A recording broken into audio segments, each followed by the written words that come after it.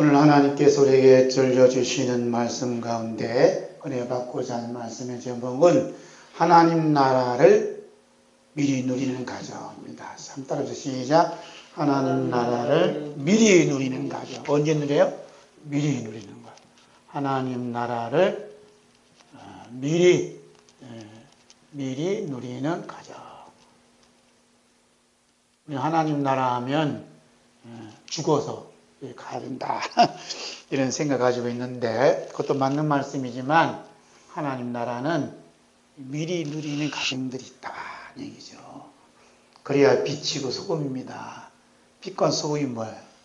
하나님 나라를 미리 누리는 거예요. 그래서 창세기 29장 31절에서 35절, 고린도후서 4장 6절과 10절 말씀입니다. 5월은 무슨 달이라 그러죠?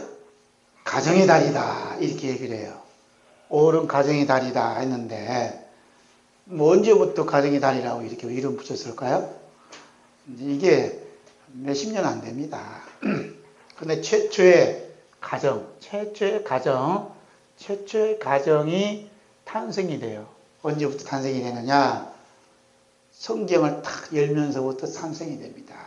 그래서 이제 창세기 1장에 있는 말씀에 기록되어 있죠. 그 창세기 1장 27절, 28절 보면 최초의 가정이 이렇게 성립되는 것을 볼 수가 있어요. 함께 읽을까요? 하나님이 자기 형상 곧 하나님의 형상대로 사람을 창조하시되 남자와 여자를 창조하시고 하나님이 그들에게 복을 주시며 그들에게 이르시되 생육하고 번성하여 땅에 충만하라 땅을 정복하라 바다의 고기와 공중의 새와 땅에 움직이는 모든 생물을 다스리라 하시니라. 아멘. 가정에는 누구누구로 구성되어 있다 그래요? 남자와 여자로 구성되어 있다 이렇게 말씀하시는 겁니다. 이 남자와 여자는 누구 형상을 닮았다 그래요? 하나님의 형상대로 지원받았다 이런 얘기를 해요. 그러죠? 자, 하나님의 형상대로 지원받았다는 말이 무슨 말이에요? 집사님 언제 제일 기분 좋아요? 큰아들 딱 나니까 아들 보니 꼭 아버지 닮았네 그러면 기분이 좋지요? 그래 안 그래요? 어렸을 때 얘기했지 지금은 아버지 꼭 닮았네 그러면 좋은데 엄마 이렇게 닮았냐 그러면 좀 기분이 찜찜한 거예요. 하나님 형상대로 지원받았다. 이 얘기가 뭐냐? 하나님이 너무 기뻐하셨다는 겁니다. 할렐루야. 하나님의 기쁨의 대상이 누구냐 하면 남자와 여자예요. 가정을 얼마나 기뻐하시는지 몰라. 그러죠? 할렐루야. 하나님 나라를 미리 누리는 가정은 답은 여기 있어요. 하나님이 기뻐하시는 가정이 하나님 나라를 미리 누리는 거예요. 아, 나는 하나님의 기쁨의 가정이구나. 하나님의 즐거움이 가득 찬 가정이구나. 믿어지는 사람은 이미 그 속에 하나님 나라가 임해서 하나님 나라를 미리 누리고 있습니다. 이 말씀이 창세기 1장 27절 28절이에요. 근데 하나님께서 이들에게 뭐라 그러죠? 이들이 남자와 여자가 어떤 행동을 하기 전에 뭘 주셨다 그래요? 이들에게 복을 주셨다니 복을. 오늘 이게 복이요 복. 복을 주셨다 그러죠? 하나님 형상대로 사람을 창조하시되 남자와 여자를 창조하시고 28절 하나님 그들에게 뭘 주셨다 그래? 복을 주셨다. 이 복. 여러분 우리가 예수님을 믿을 때 복 받기 위해서 예수 믿는 게 아니에요. 이미 복은 주어졌습니다. 이 남자와 여자가 무슨 행동을 했어요? 행동한 일이 없어요. 행동하기 이전에 이미 하나님이 그들에게 복을 먼저 주셨습니다. 할렐루야. 다른 종교는 복 받기 위해서 열심히 하겠지만 성경에서 말씀하고 있는 이 기독교는 이미 주어진 복을 누리는 거예요. 요즘 교회 안에 이상하게 불교식으로 들어와갖고 교묘하게 꼬시고 있는 거야 이게. 큰일 날 일이요. 이미 하나님이 복을 주셨어요. 무슨 복을 주셨다 그래요? 생육하고 그 다음에 뭐래요? 번성하고 무슨 뭐라 그래? 생육하고 번성하고 충만하고 그죠? 정복하고 그 다스리고 하는 이 복을 다 하나님이 주신 거예요. 할렐루야. 근데 열심히 했다고 해서 하나님이 생육 하나 준 거야? 이거 생육이란 말에는 앞에는 뭐가 들어있겠어요? 남자와 여자를 하나님이 짝을 이루시고, 우리로 말하면 결혼을 시키시고 하고 생육이 되는 거예요. 할렐루야. 그 생육만큼 큰 복이 없어요. 자녀를 낳는 것만큼 큰 복이 없다고. 믿습니까? 그러니까 하나님이 이 일을 하시는 거, 이 복을 주신 거, 누구에 다 주신 복이에요. 그런데 하나님께서 이 복을 주시기 전에 이미 하나님께 이 복을 담을 수 있는 그릇을 하나님 주신 거예요. 이 복을 담아야 될 거 아니에요. 그릇을 이미 주셨어. 그 그릇이 뭐죠? 이게 창세기 1장 1절부터 27절까지 복을 주신 거예요. 뭐라 그러죠?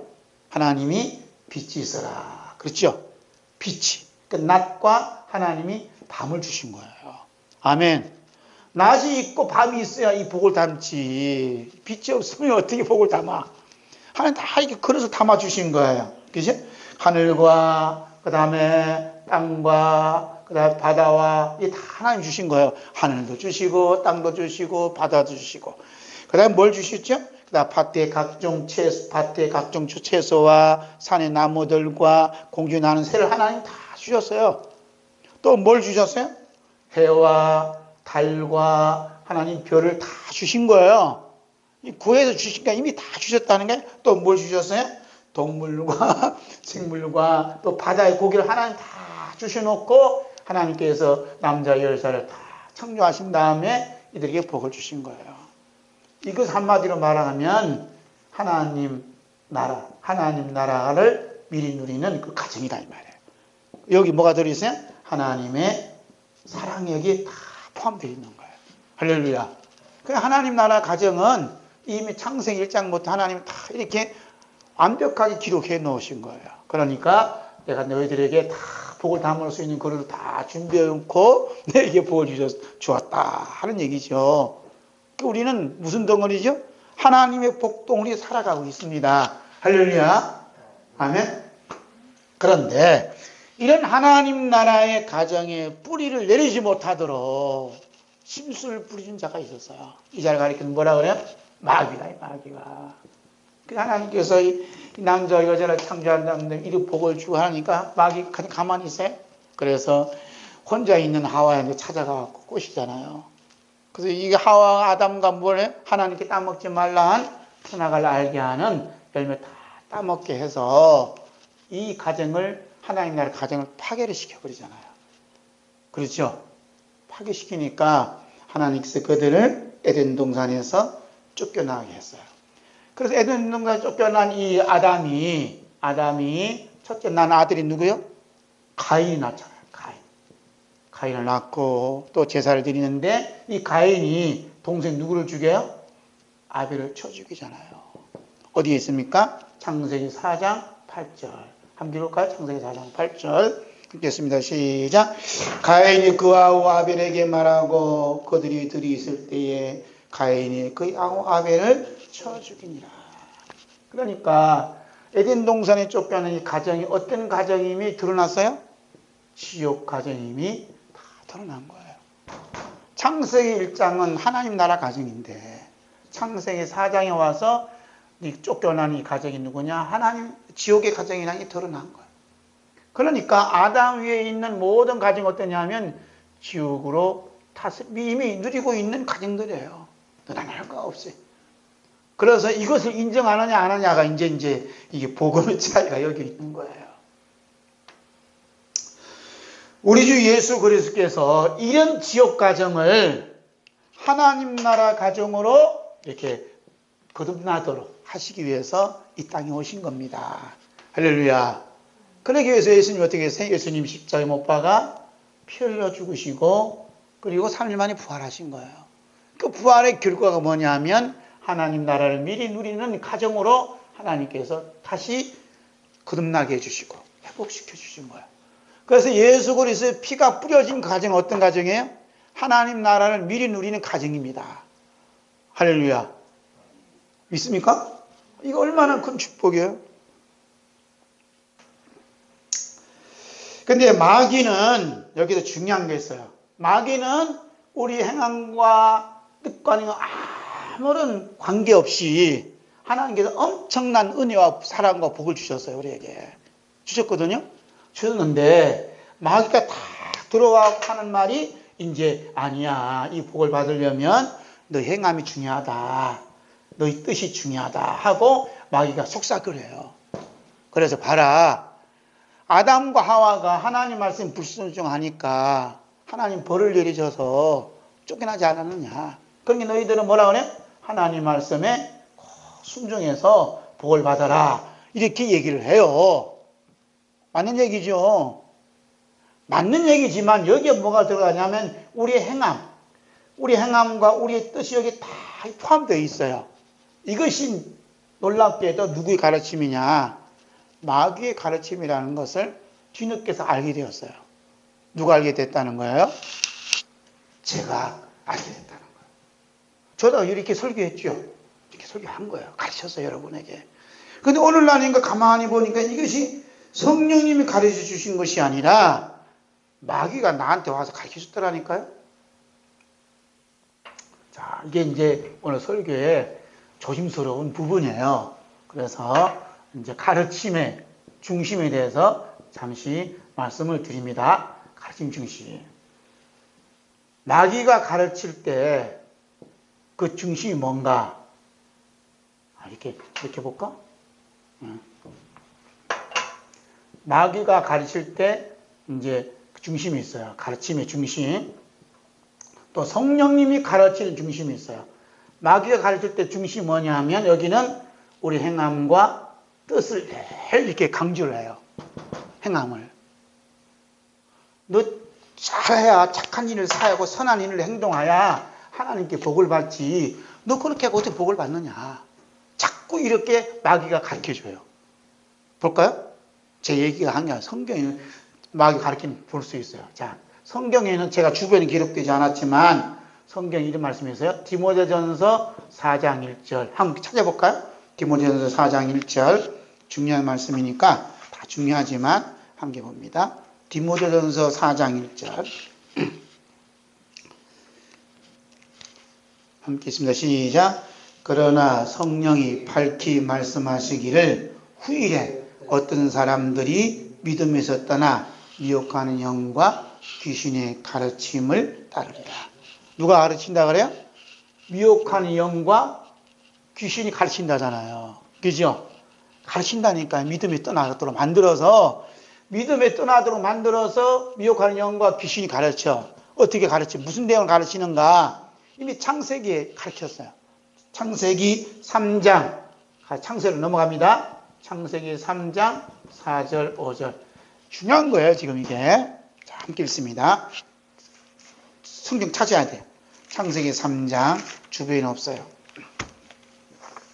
창세기 3장 4절 5절 있습니다. 시작.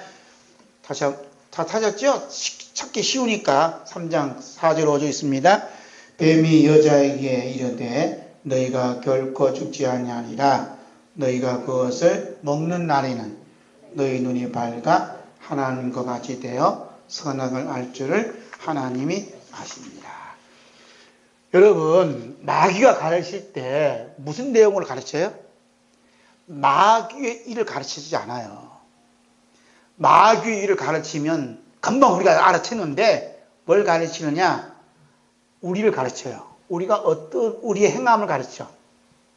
그리고 뭘 가르치냐? 하나님을 가르쳐요. 하나님이 이렇게 하시겠다, 이렇게 하신단다 하고 가르치는 거예요. 참 놀랍잖아요? 마귀가 가르치는데 마귀 일을 가르치는 게 아니라니까요? 우리 행함이 뭐예요? 너희가 그것을 먹는 날에는 꼭 조건을 붙여. 먹는 날에는 뭐가 같이 된다 그래? 하나님과 같이 되는 거예요. 하나님과 같이 되는 게 뭐냐? 우리 타락한 인간의 뜻이야. 그래서 자기가 뭐 좀 되면 하나님 같이 행동하잖아요. 전지전능한 것처럼. 이렇게 위세를 부리고 싶은 것이 누구든지 갖고 있는 거예요. 저도 그렇지. 조건만 주어지면 하잖아요. 이번에 내일 모레 대통령 선거하는 사람 다 15명 얘기 들어와요. 내가 대통령이도 이렇게 하겠다는 거야. 신처럼 누리겠다는 거예요. 그래 안 그래요?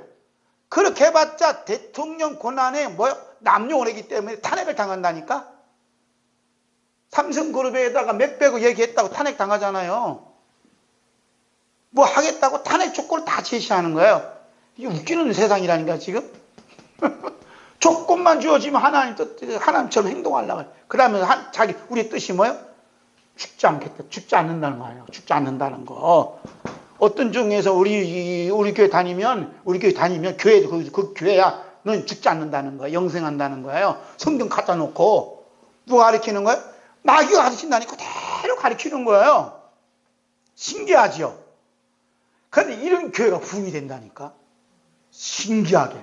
왜냐하면 우리가 이렇게 행하면 뭘 강조해요? 우리와 하나님과의 관계를 자세히 가르치는 데가 어디냐? 마귀가 가르쳐주는 거예요. 제가 이게 마귀의 가르침을 받아서 속아 넘어갔다니까. 죄송합니다. 넘어가는 거예요. 누구든지 그러는 거예요. 그런데 성령이 오셔서 가르치면 뭘 가르치느냐? 이게 중요한 거거든요. 그죠? 예수님이 직접 말씀하셨어요. 요한복음 16장 14절 갑시다. 읽어봅시다. 우리 찾아보겠어요. 요한복음 16장 14절 보겠어요. 요한복음 16장 14절 함께 있습니다. 찾았죠? 요한복음 16장 14절. 주보에 이게 지면이 좁아서 밖에 못해요. 함께 있으면 시작.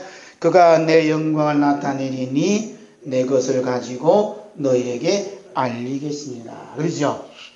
그가 누구냐면 보혜사 성령님인 거죠? 진리의 성령이 오시면 누구 영광을 나타내요? 예수님의 영광을 나타나고 누구를 그걸 가르쳐요? 예수님의 것을 가르치고 그 다음에 뭘 하신다 그래? 너희에게 알리겠습니다. 내 것을 가지고 너희에게 알린다. 예수님의 영광과 예수님의 것이에요. 여기는 누가 없지요? 우리가 없는 거야. 성령이 가르칠 때는 우리를 얘기하지 않아요. 네가 이렇게 행동하면 넌 이렇게 복을 주겠다. 이런 얘기 안 한다니까요. 성령님은 우리는 삭제시키고 예수님의 영광, 예수님의 것을 얘기하시는 거예요. 그러면 예수님의 영광이 뭐냐? 예수님의 십자가에 피 흘리신 이 죽음이 바로 예수님의 영광이고 또 부활하심이 예수님의 영광이에요. 할렐루야. 그러니까 성령님의 가르침의 중심에는 뭐냐면 꼭 예수님의 십자가와 부활이 담겨져 있고 마귀가 가르치는 데는 뭐가 빠졌어요? 이게 십자가가 빠진 거야. 빠져놓고 누구만 얘기해? 하나님과 나와의 관계성을 얘기하는 거야. 자꾸 약간 얘기하는 거예요. 누구는 하나님과 나와 관계에서 누굴 빠뜨려?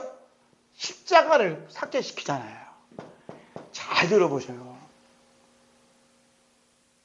목사님들 설교도 많이 하지만 제 설교 잘 들어보셔갖고 자꾸 우리 얘기하고 하나님 얘기하면 저는 귀신이 가르침 받고 이 얘기하는 거야. 무서운 얘기예요. 지금 성령님이 오시면 우리하고 하나님 얘기 안 하고 누구 얘기해요? 예수님의 영광, 예수님의 것을 얘기하는 거예요. 자꾸 얘기하는 거예요. 왜? 예수님이 중보자니까. 예수님이 아니면 우리는 하나님 나라에 들어갈 수 없으니까. 예수님의 십자가 아니면 다 우리는 죽으니까. 그래서 성령님 오시면 무슨 얘기냐면 예수님의 십자가를 자꾸 피를 얘기해서 이 피가 너희를 구원시키고 이 피가 이 모든 복을 회복시켰노라 라고 성령님이 가르쳐 주시는 겁니다. 할렐루야.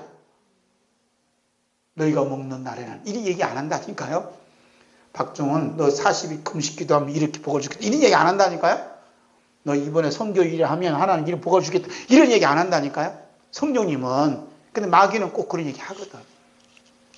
왜? 내 의를 드러내야 예수님의 의가 삭제가 되어서 나를 어디로 끌고 가요? 지구로 끌고 가니까. 무서운 거예요. 성령님은 십자가를 자꾸 드러내게 하고 마귀는 자꾸 나를 드러내게 해. 무서운 거라니까요. 무서워요, 무서워. 그래서 우리 행복과 뜻이 우리의 행함에 따라 결정이 되어진다면 예수 그리스도께서 이 세상에 오실 이유가 없습니다. 그리고 우리를 대신해서 십자가에 죽을 이유가 없어요. 그렇잖아요? 우리 행동함에 따라서 모든 것이 결정되어지는데 예수님이 왜 오셔요? 오실 필요가 없지요. 우리 행복과 뜻은 우리 주 예수 그리스도 없이도 얼마든지 취할 수 있는 거예요. 우리 주변에 보면 우리 행복과 뜻은 예수 그리스도 없이도 얼마든지 취한 사람 많잖아. 쉽게 말하면 우리 행복이 뭐예요? 돈이잖아, 돈. 뭐 톡 까놓고 얘기하면 솔직히 돈이잖아요. 돈 많으면 행복한 거고 돈이 없으면 불행한 거예요. 그래 안 그래요? 집이잖아요, 집. 좋은 집에 살면 행복한 거고 그냥 옥탑에 살면 더운 날씨에 살면 이게 불행한 거예요. 모든 것이 솔직히 들어가면 다 돈 얘기야. 행복이 뭐 딴 거 있어요? 또 어디냐면 또 돈이지 다 이게. 이게 돈 버는데 돈 때문에 행복해지는데 예수 없이도 얼마든지 행복 누릴 사람 많잖아요. 그렇잖아요? 감옥에 가는 사람도 감옥에 가 있지만 집이 막 팔렸다가 사다 그러잖아요. 다 움직이게 가잖아요. 그것도 몇십억. 우리는 뭐 몇십억 쳐다보지도 못하지만 이렇게 이렇게 그 숫자로 세지도 못하지만 예수 없이도 나름대로 천국의 삶을 사는 사람 많이 있어요. 그러나 우리 주 예수 그리스도께서 이 땅에 오셔서 제자들을 부르신 거 보면 우리의 이 평안과 행복과 뜻을 완전 박살시켜요. 볼까요? 어떻게 박살시키는가? 마태복음 4장 18절에서 있는 말씀 봅니다. 4장 18절에서 22절 주보에 있습니다. 함께 있습니다. 갈릴리 해변에 다니시다가 두 형제 곧 베드로라는 시몬과 그 형제 안드레가 바다에 금을 던지는 것을 보시고 그들은 어부라 말씀하시되 나를 따라오라 내가 너희를 사람을 낚는 어부가 되게 하리라 하시니 그들이 곧 그물을 버려두고 예수를 따르니라. 거기서 더 가시다가 다른 두 형제 곧 세베대 아들 야고보와 그 형제 요한이 그의 아버지 세베대와 함께 배에서 그물 줍는 것을 보시고 부르시니 그들이 곧 배와 아버지를 버려두고 예수를 따르니라. 자, 예수님께서 일하는 시몬과 누구라 그래? 시몬과 안드레, 그 다음에 요한과 야고보. 이 사람들이 다 형제예요. 직업은 어부입니다. 너무 예수님께서 어렸을 때부터 이 사람을 다 살펴보니까 너무 착실한 거예요. 그래서 자기와 함께 이 하나님 나라 확장을 위해 하나님 나라를 미리 누릴 수 있도록 선택하는 데 있어서 저 예루살렘 가갖고 제사장들 선택한 게 아니라 저 갈릴리 바다에서 고기 잡는 어부들을 선택하신 거예요. 그렇죠? 그러면서 나를 따라오너라 이렇게 하니까 이 사람들이 뭐라 그래요? 나를 따라오너라 그러니까 뭘 버려둬요? 그물을 버려두고 사도 요한과 야고보는 아버지를 버려두고 시몬 베드로는 누구를 버려둬요? 작물을 버려두고. 박살난 거 아니에요? 이제는 고기 잡아서 행복하게 우리 가정에 잘 행복하게 꾸려가겠다는 이 고기 어부의 모든 직업이 박살난 거 아니냐고. 그리고 예수님 오라고 했다고 해서 덜렁덜렁 따라가는 이 남편을 바라보는 부인과 사위를 바라보는 장모님은 얼마나 속이 다 컸냐고요. 그래 안 그래? 피눈물 흘리니까. 그래서 이 장모님이 그 상처 때문에 나중에 병을 앓잖아. 열병을. 그래서 베드로가 어떻게 찾아가서 예수 이름으로 고쳐주잖아요. 이게 예수 믿는다는 게 우리가 지금 생각하는 그 예수 믿는다는 거하고는 좀 너무 차이가 나. 너무 차이 나. 우리는 예수님 때문에 좀 복을 받으려고 이렇게 다 준비를 하고 있는데 성경에는 예수 날 믿으라고 불러놓고서는 다 파괴시키잖아. 이게 어부성설이요. 맞지 않는 거예요. 한번 생각해봐요. 우리 집사님 예수님 부르시는데 잘 나갈 때 그냥 직업을 탁 뿌리고 신학교 간다고 해봐. 우리 집사님은 얼마나 불똥 터지겠어요. 거제도에 어떤 목사님이 잘 나갔던 분인데 은혜를 받아서 하나님 나 주의 종으로 쓴다고 그 직업을 다 포기하고 신학교 들어가서 목사가 되었고 개척을 하는데 자기 뜻대로 안 되거든요. 그러니까 늘 그냥 돈도 없고 그러니까 이참에 갈아타야 되겠다고 다시 본업으로 갔대. 본업을 탁 갈아탔는데 부부가 보내니까 한 달에 300만 원 벌더냐. 아, 이렇게 행복할 수 없냐 이 말이야. 교회 개청하니까 그냥 몇십만 원 받기도 힘들어 죽겠는데 부부가 같이 보니까 그냥 300 이상 벌. 너무 행복하대요. 너무 행복한 300만 원짜리 포기시키고 몇십만 원도 안 되는 사례금 줄 테니까 올라가면 가겠냐고 안 가죠. 파괴시키는 거지. 나의 꿈과. 그분이 일찌감충이 찾아갖고 본업으로 들어간 게 다행이야. 끝까지 붙어 있으면 저처럼 고생 좀 하지. 얼마나 이게 비참한 거겠죠. 우리 주 예수 그리스도께서 베드로와 야곱의 삶에 개입한 것이 아담으로부터 내려온 이 지옥의 가정을 파괴시키는 작업을 해요. 그리고 하나님 나라 가정을 회복시키기 위해서 하나님이 베드로, 안드레, 요한, 야곱을 부르신 거예요. 할렐루야. 그런데 그 과정이 천국, 지옥 과정에서 이게 하나님 나라 가정을 가는 이 과정 속에 피눈물 나는 십자가 흐르는 피와 눈물이 여기 담겨져 있어요. 누구에게? 이분들이 다 담겨져 있다고. 그러니까 예수 믿으면서 피눈물 흘리는 사람은 복 있는 사람이라니까요. 왜? 그 과정 속에 있으니까. 지옥 과정에서 하나님 나라로 가는 과정 속에 지금 하나님 인도하는 과정 속에 있는 거예요. 그 모든 아픔과 괴로움이 여기에 다 묻어 있는 겁니다. 왜? 나를 하나님 나라로 창세기 1장으로 회복시키기 다 끌고 가기 위해서 하나님이 그렇게 작업을 하시는 거예요. 할렐루야. 아멘. 그래서 하나님 나라 가려면 우리가 뭘 많이 당한다고? 환난을 많이 겪는다잖아요. 환난을.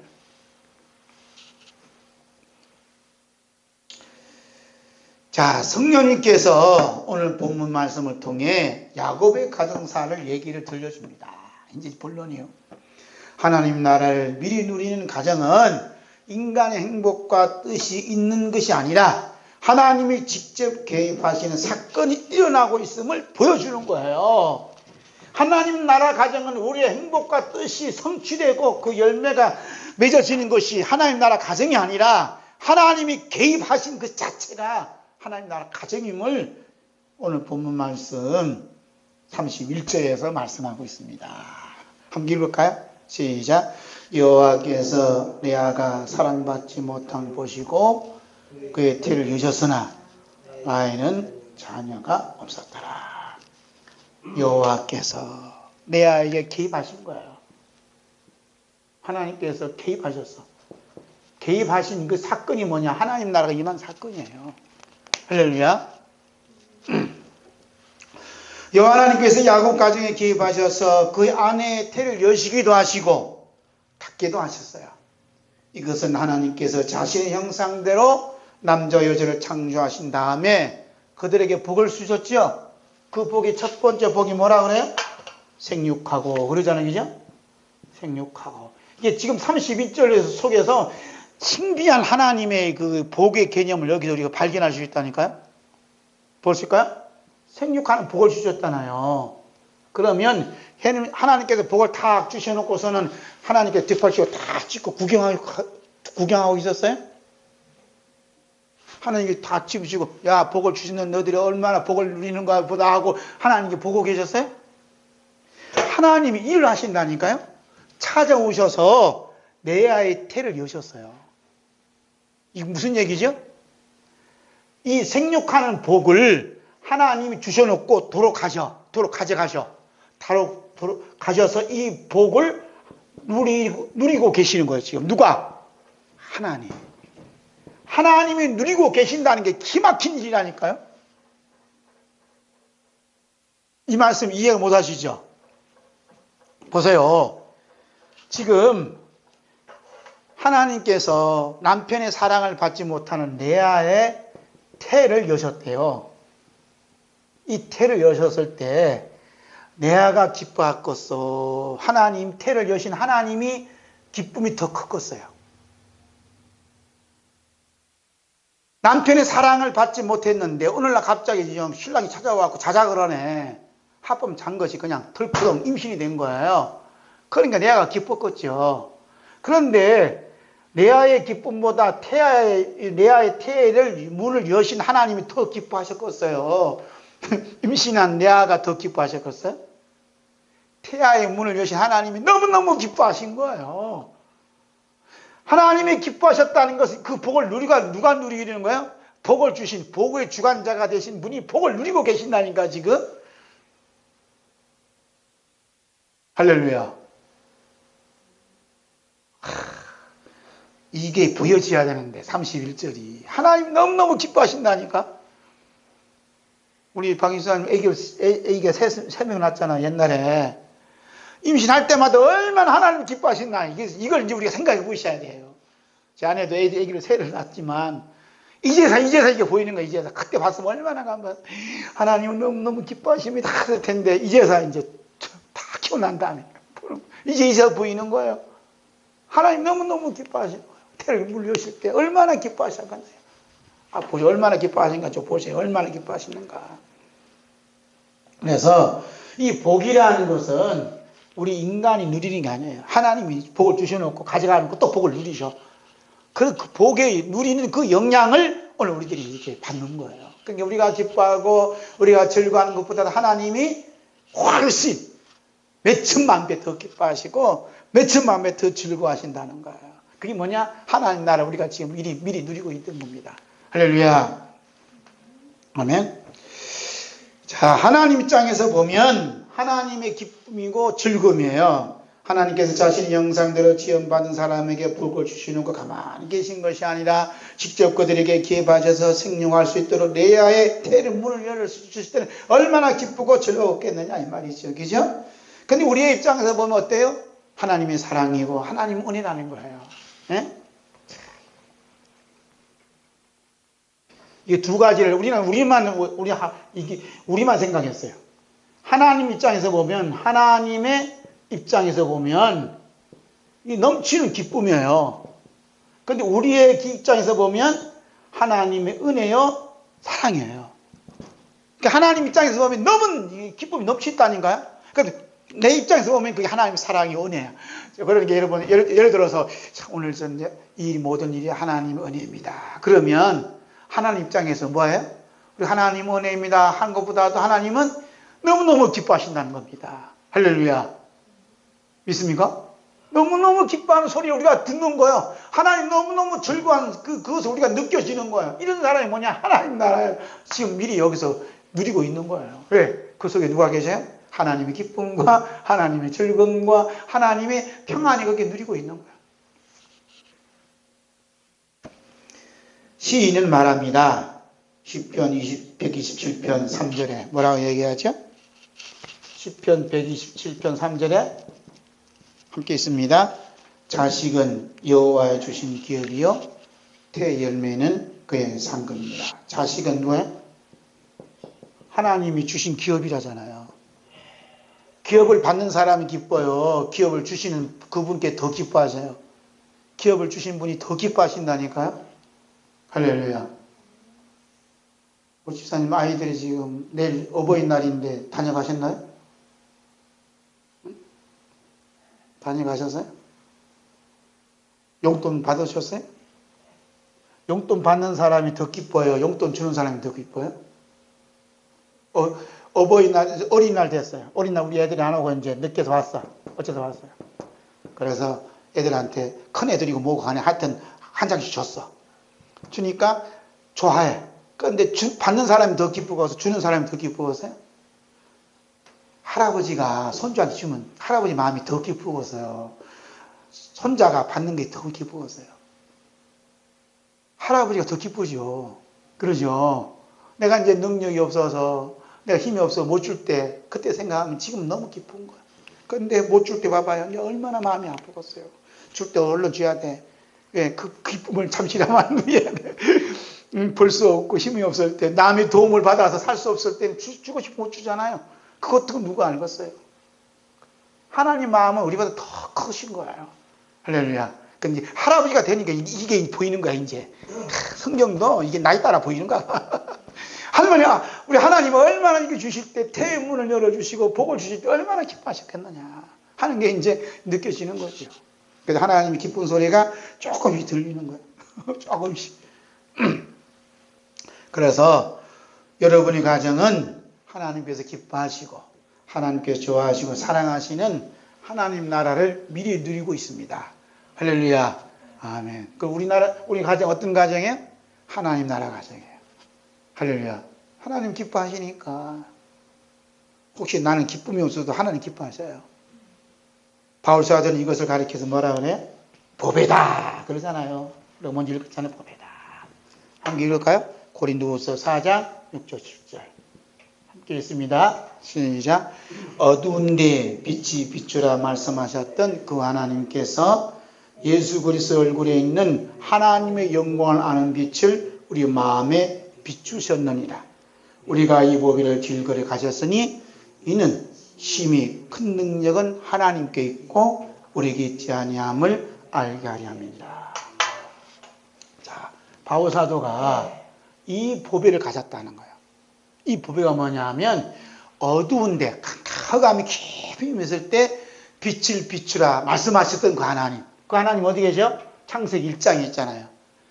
예수 그리스도 얼굴에 있는 하나님의 영광 아는 빛을 어떻게? 우리 마음에 비추셨다잖아요. 비추셨다. 그 비추셨는데 그 비침이 뭘 알았어요? 큰 능력, 심히 큰 능력이 누구한테 있고? 하나님께 있고 우리에게 있지 아니함을 알게 해줬다는 거예요.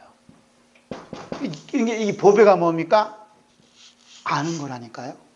지식이야.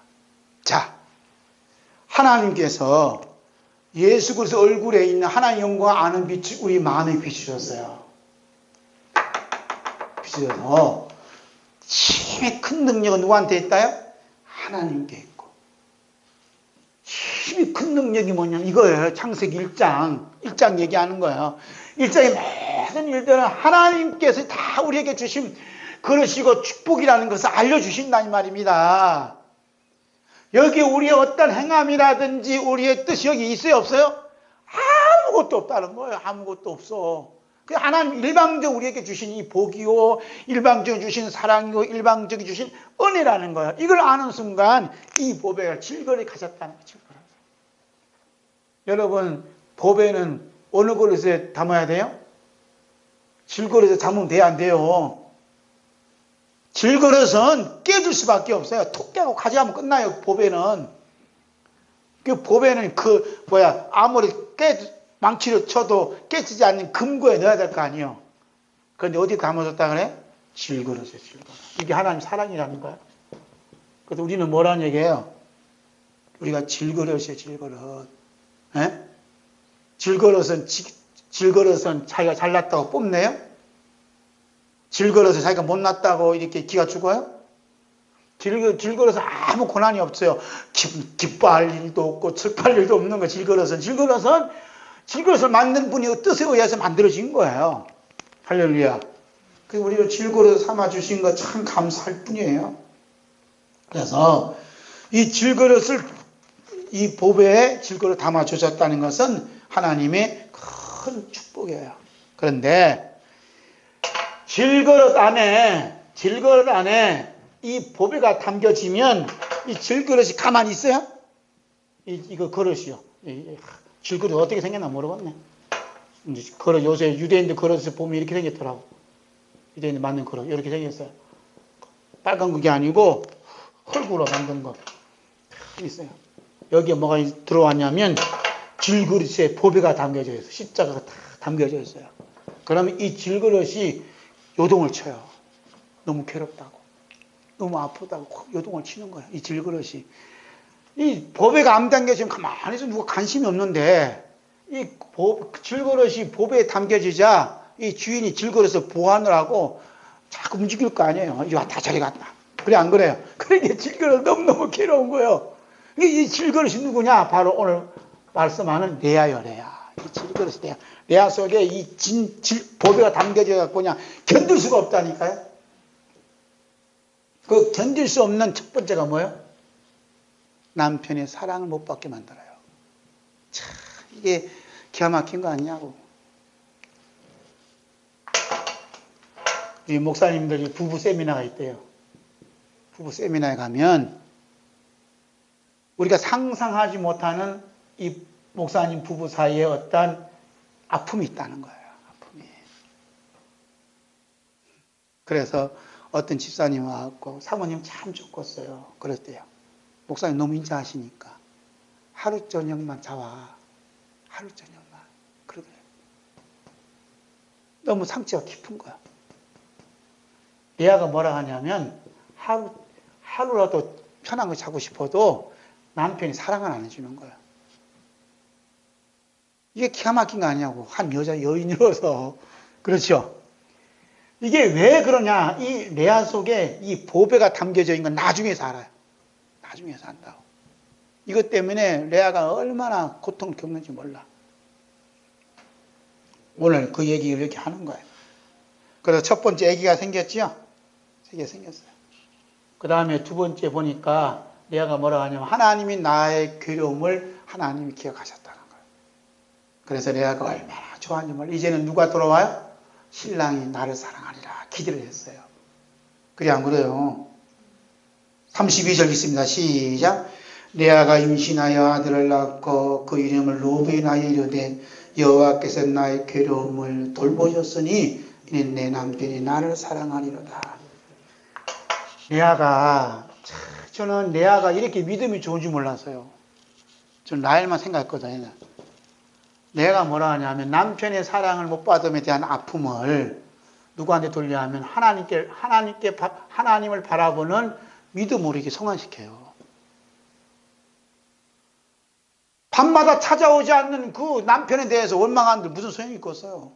그런데 어느 날인가 몰라도 나는 레아는 남편에게 자꾸 눈빛을 보냈는데 남편은 이 눈빛이 안 와. 근데 어느 날 보니까 자기에게 사랑의 눈빛을 보내신 분이 계셔요. 그분이 누구냐면 여호와 하나님이세요. 그래서 어떻게 해요? 틈을 열어주시잖아요. 그렇게 뭐라 그래요? 레아가 여호와께서 나의 괴로움을 돌보셨으니. 그랬잖아, 그죠? 하나님이 내 괴로움을 돌보셨대. 레아의 괴로움은 뭐죠? 남편의 사랑을 받지 못하는 괴로움이에요. 부인의 괴로움은 1차적으로 뭐냐? 신랑이 사랑하지 않으면 그 괴로움을 누가 감당해요? 근데 그 괴로움을 누가 보셨다는 거예요? 하나님이 내 괴로움을 보셨다는 거예요. 그러니까 하나님이 위로받고 레아는 살은 거예요. 그러니까 레아는 어떤 사람이에요? 믿음의 사람이에요. 왜? 하나님이 레아 속에 질거로 속에 지금 뭔가 보배를 담겨 넣었으니까 그 보배가 하나님이 나의 괴로움을 보셨다고 이렇게 고백하고 만들었어요. 그런데 하나님께서 레아에게 자꾸 눈총을 준데도 레아는 자기 태를 열어주신 하나님께 눈빛을 줘야 안 줘요? 이때까지는 안 줍니다. 누구한테 돌려요? 자기 남편에게 돌리잖아요. 32절 하반절 뭐라 그래요? 이제는 다 같이 이제는 내 남편이 사랑하리로다. 레아는 아직도 영적으로 좀 수준이 많이 낮아지니까 아직도 남편의 사랑을 받고 싶은 거예요. 아직도 젊으니까. 그러니까 이제는 내 남편이 나를 사랑하리로다 생각했는데 이 생각은 누구 생각이요? 레아의 생각이요. 레아의 해석이에요. 레아 꿈이라니까 레아의 어떤 기대감이에요. 그 기대감이 한순간에 팍 무너져 버립니다. 무너져 버려요. 든든한 아들을 낳았는데도 이 남편이 눈빛은 전혀 자기를 바라보는 눈빛은 전혀 변하지 않아요. 아들 만나면 최고냐? 이런 식으로 안 바라봐요.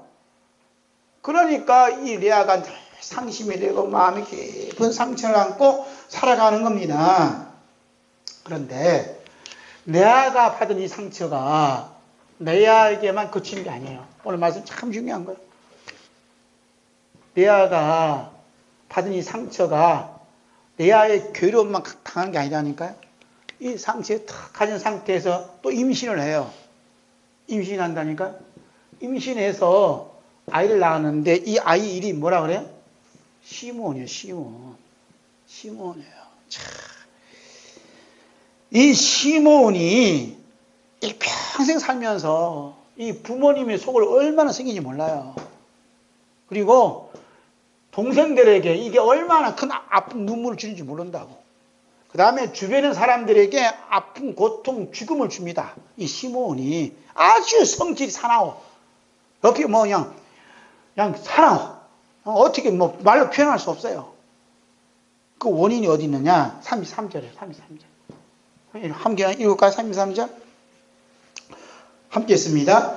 그가 다시 임신하여 아들을 낳고 이르되 여호와께서 내가 사랑받지 못함을 들으셨으므로 내게 이 아들도 주셨도다.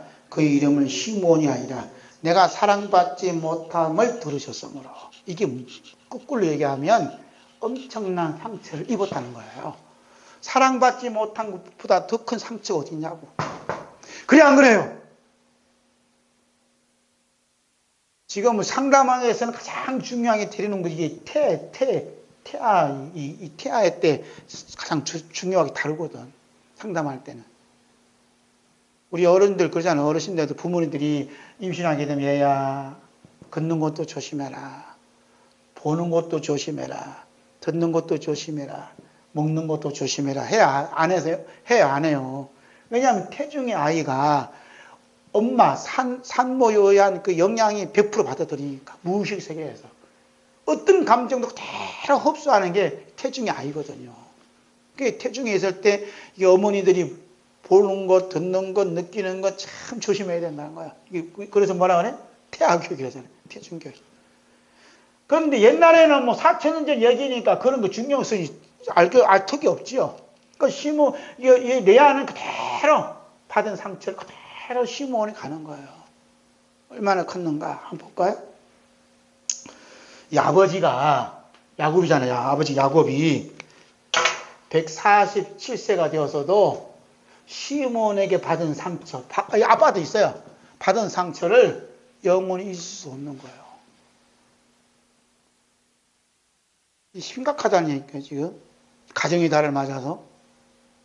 가정의 달을 맞아갖고, 뭐, 큰 교회에서 세미나도 열고, 뭐, 상담아 박사 모셔놓고 이제 할 거예요. 이게 다 한다고. 그런데 여기 총집합 여기에 있어요. 자, 레아에서 받은 상처가 아들한테 갔잖아요. 아들한테 갔던 상처가 남편한테 간다니까. 마지막 때 시몬을 위해서 뭐라 기도한 줄 아세요? 창세기 49장 5절에서 7절 한번 읽을까요? 주부에 있습니다. 함께 있습니다. 시작. 시몬과 레위는 형제여 그들의 칼은 폭력의 도구로다. 내 호나 그들의 모의에 상관하지 말지어다. 내 영광아 그들의 집회에 참여하지 말지어다. 그들의 분노대로 사람을 죽이고 그들의 혈기대로 소의 발목 힘줄 끊었음이로다. 노여움이 혹독하니 저주를 받을 것이요 분기가 맹렬하니 저주를 받을 것이라. 내가 그들을 야곱 중에서 나누며 이스라엘 중에서 드리로다. 야곱이 받은 상처 얼마나 큰가. 시몬에게 마지막 기도 안에 무슨 기도를 해요? 저주의 기도를 해요.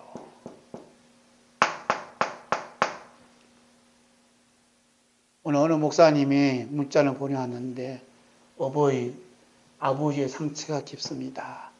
아버지의 상처를 어루만져 주세요 하고 저한테 문자 왔어요. 그런데 저희 아버지는 지금 하늘나라 가셨거든요.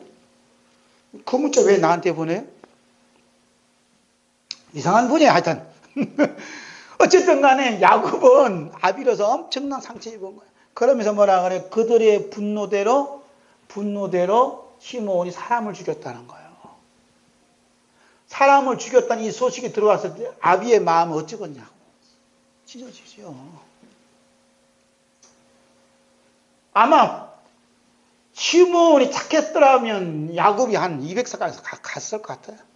근데 얼마나 상처를 줬는가. 147세가 되어도 잊지 않고 남아있는 거죠.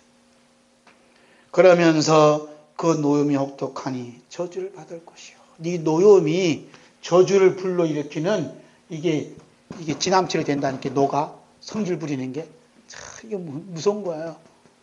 그러니까 이게 시몬 한 번도 웃지를 않아. 화가 나 있어. 뭐가 이렇게 해야 말 것마다 분노가 가득 찬지 몰라. 시몬. 그러니까 아버지의 마음이 얼마나 아프겠냐 이 말이죠. 그래 안 그래요? 그렇죠.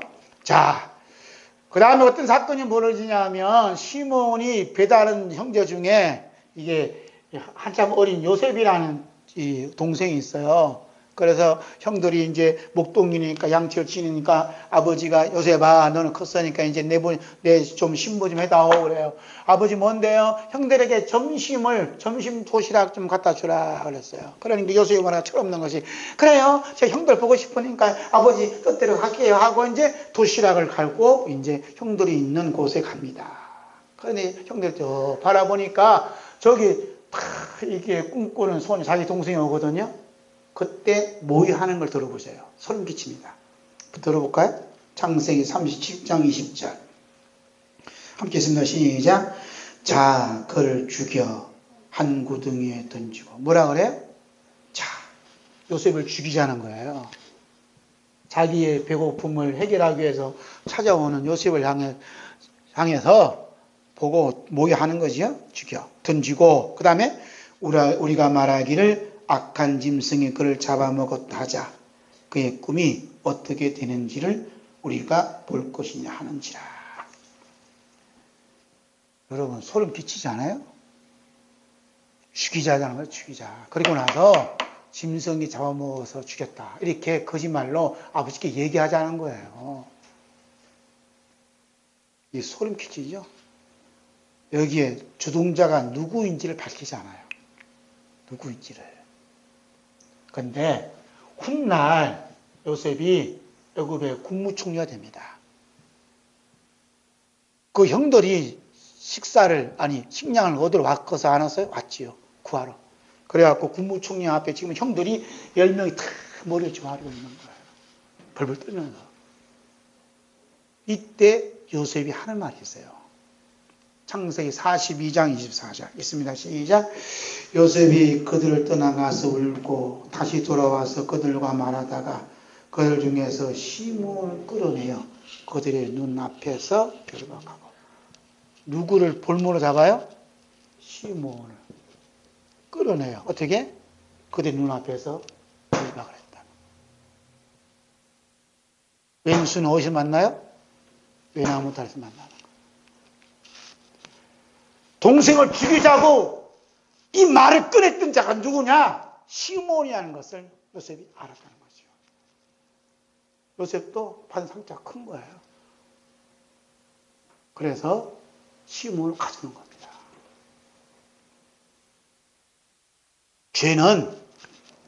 죄는 끝까지 쫓아가서 값을 치르게 만들어요. 무섭잖아요? 훗날 모세가 신명기 33장에서 이스라엘 12지파를 놓고 기도합니다. 그 기도에 빠진 지파가 있어요. 무슨 지파요? 시몬 지파예요.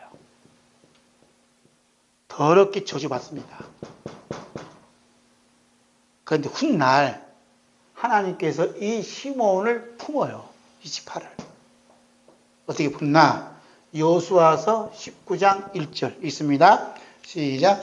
둘째로 시몬 곧 시몬 자손의 지파를 위하여 그들의 가족대로 지파를 뽑았으니 그들의 기업은 유다 자손의 기업 중에서라. 어디에 흡수해요? 유다 자손에 흡수시킵니다.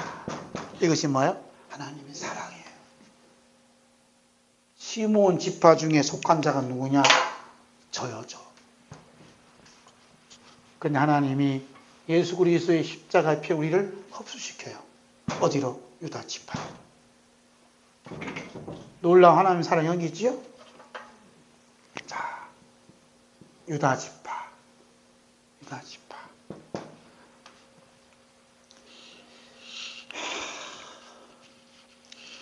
레아는 그토록 받고 싶었던 남편의 사랑을 못 받았어요.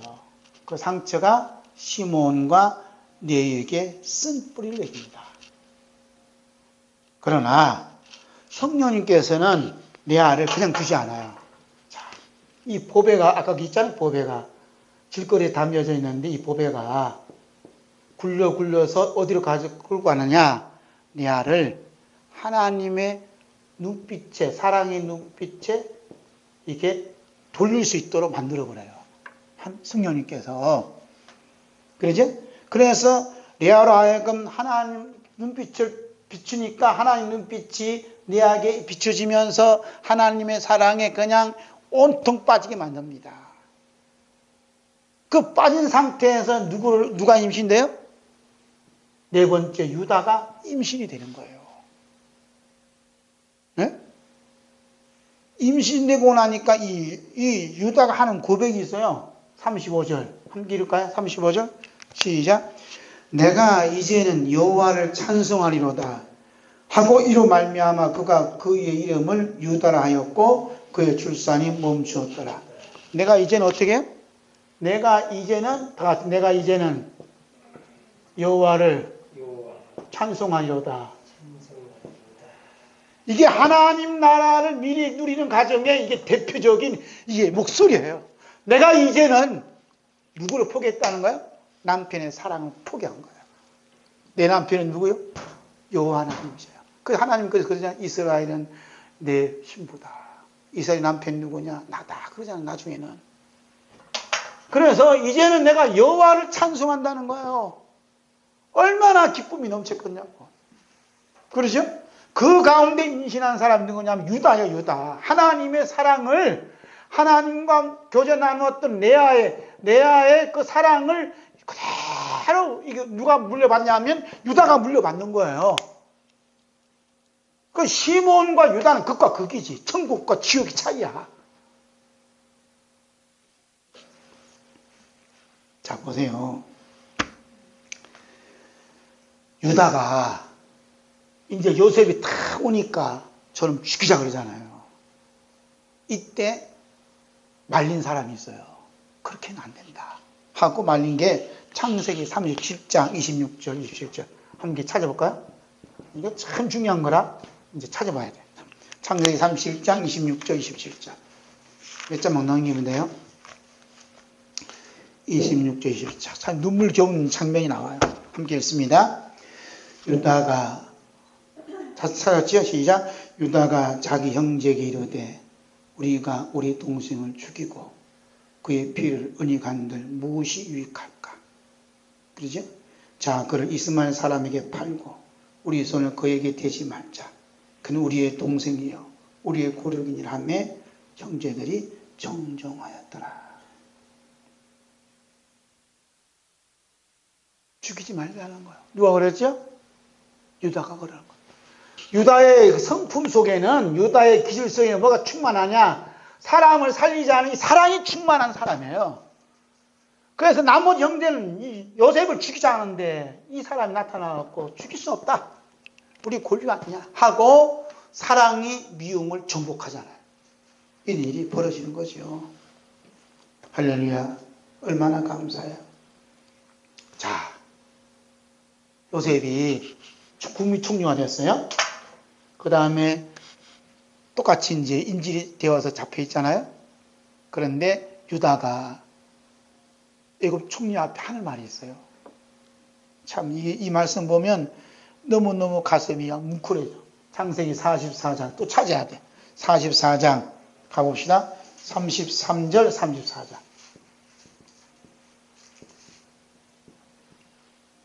창세기 44장 한번 봅시다. 44장 33절 35절 34절 맞죠? 함께 했습니다. 시작. 정컨대 주의 종으로 아이를 대신하여 있어서 주의 종이 되게 하시고 아이는 형제와 함께 도로 올려 보내소서. 내가 어찌 아이와 함께 하지 아니하고 내 아비에게로 올라갈 수 있을까? 두렵건대 제가 내 아비에게 미침을 보이리이다. 무슨 말이냐면 지금 요셉이 가장 사랑하는 동생이 베냐민이거든요. 같은 어머니 뱃속에 났으니까 베냐민 너무 이거 보고 싶은 거야. 그 베냐민 왔거든요. 그러니까 베냐민하고 같이 있고 싶은 거예요. 요셉 입장에서는. 그래서 베냐민을 볼모로 잡습니다. 그 너희들 필요 없으니까 가라. 이 베냐민과 함께 있겠다. 그러니까 형이 유다가 무릎 꿇고 통곡하는 거예요.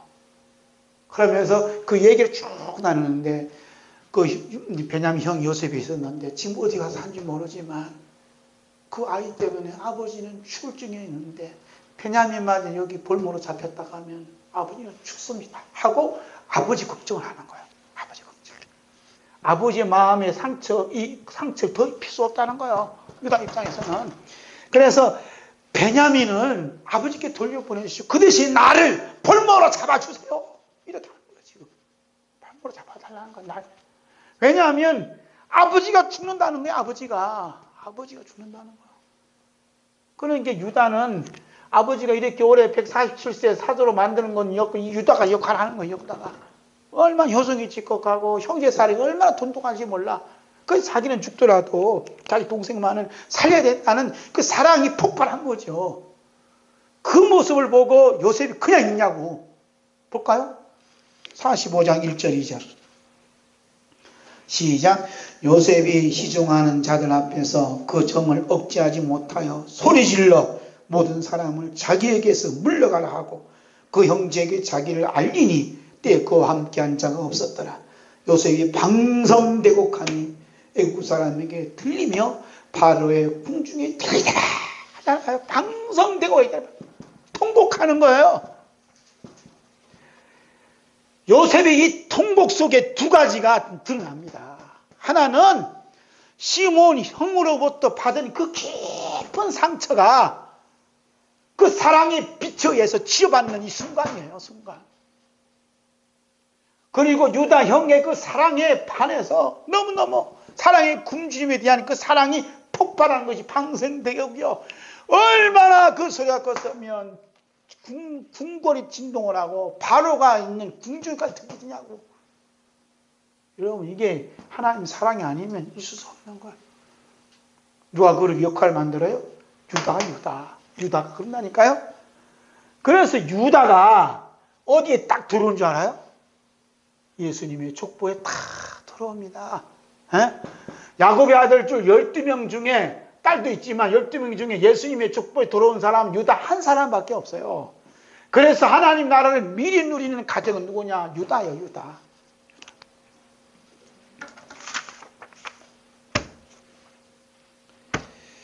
하나님께서 레아가 미워서 그토록 사랑의 눈빛을 보냈던 남편으로부터 사랑을 받지 못하게 하신 것은 결코 아니에요. 오히려 사방으로 우겨쌈을 당하여도 쌓이지 아니하는 사랑, 답답한 일을 당하여도 낙심하지 않습니다.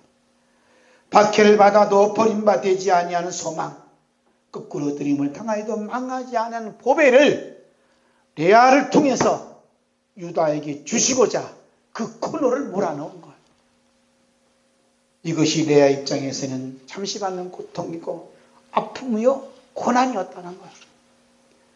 그러나 하나님의 사랑이 그를 감싸움으로 말미암아 하나님의 사랑을 듬뿍받게 하는 통로로 만들어 놓은 거예요. 그래서 레아는 막다른 굴망에서 여호와 하나님의 참사랑을 만나 고백하기를 내가 이제는 여호와를 찬송하리로다. 찬송으로 충만했어요. 이것이 레아에게서 보배였고 이 보배가 훗날 예수 그리스도에게 나타나는 거예요. 그 말씀이 마태복음 1장 1절에서 3절이에요. 함께 읽을까요? 시작. 아브라함과 다윗의 자손 예수 그리스도의 계보라. 아브라함이 이삭을 낳고 이삭은 야곱을 낳고 야곱은 유다와 그 형제를 낳고 유다는 다말에게서 여기서 베르스와 세를 낳고 야곱의 12아들 중에 누가 들어가요? 유다가 예수님의 족보에 들어오는 거예요. 너무나 놀랍지 않습니까?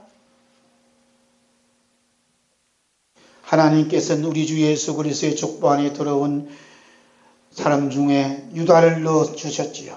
우리 주 예수 그리스도의 족보 안에 들어온 모든 성도들은 한결같이 이 땅에 살면서 하나님 나라의 가정으로서 미리 누리도록 살다가 하나님 나라에 가신 성도들이에요. 그렇지만 그 성도들은 자기를 부인하고 자기 십자가를 지고 예수님이 걸어가셨던 그 십자가를 통과한 사람들이에요. 그 십자가의 길을 통과하지 않는 사람은 누구든지 하나님 나라를 미리 누리는 성도가 될 수가 없어요. 그 성도들은 자신의 행함과 뜻은 전혀 없고 오직 주 예수 그리스도의 십자가에서 흘러나오시는 예수님의 용서하심과 하나님의 사랑하심과 성령의 교통하심과 함께하심이 오늘 현재 제가 있음을 고백하고 교회가 있음을 고백하고 가정이 있음을 고백하고 직장이 있음을 고백하고 삶의 터전이 있음을 고백하고 이 나라가 있음을 고백하고 이 지구와 우주가 있음을 고백하는 거예요. 뭐가? 예수 그리스도의 십자가의 그 사랑이. 이렇게 고백하고 찬양하는 분이 누구냐면 이것이 바로 하나님 나라를 미리 누리는 성도의 모습입니다. 우리 함께 읽을까요? 내가 시작. 내가 이제는 여호와를 찬송하리로다. 이때까지 야곱은 리아를 쳐다봤겠어요? 쳐다보지 않았어요. 다음 주에 이제 제2막이 전개됩니다. 하나님, 리아는 여호와 하나님 한 분만으로 족합니다. 여호와 하나님만 저의 사랑이고 저의 신랑이고 여호와 하나님만 나의 전부입니다. 리아는 고백하죠. 그 가운데 누가 임신이 되지요? 유다가 임신되고 유다는 바로 예수님의 축복에 들어온 하나님의 자녀가 되는